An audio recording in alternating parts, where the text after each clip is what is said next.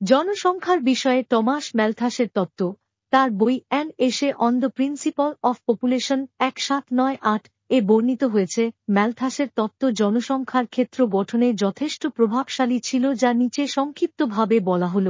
1. জনসংখ্যা জ্যামিতিকভাবে বৃদ্ধি পায়। ম্যালথাস যুক্তি দিয়েছিলেন যে জনসংখ্যা দ্রুত বৃদ্ধি পায়, যেমন একটি জ্যামিতিক অগ্রগতি 2, 4, 8, 1, 6 এভাবে।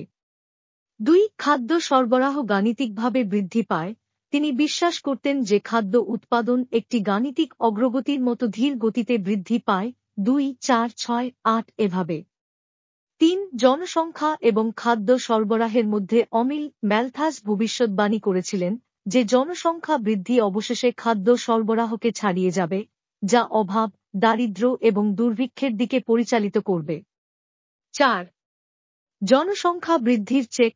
তিনি 2 ধরনের চেক চিহ্নিত করেছেন যা জনসংখ্যা বৃদ্ধিকে সীমিত করতে পারে: ইতিবাচক পরীক্ষা, যুদ্ধ, দুর্ভিক্ষ, রোগ এবং অন্যান্য বিপর্যয় যা মৃত্যুর হার বাড়ায়; প্রতিরোধমূলক পরীক্ষা, জন্ম নিয়ন্ত্রণ ও অন্যান্য ব্যবস্থা যা প্রজনন হার হ্রাস করে।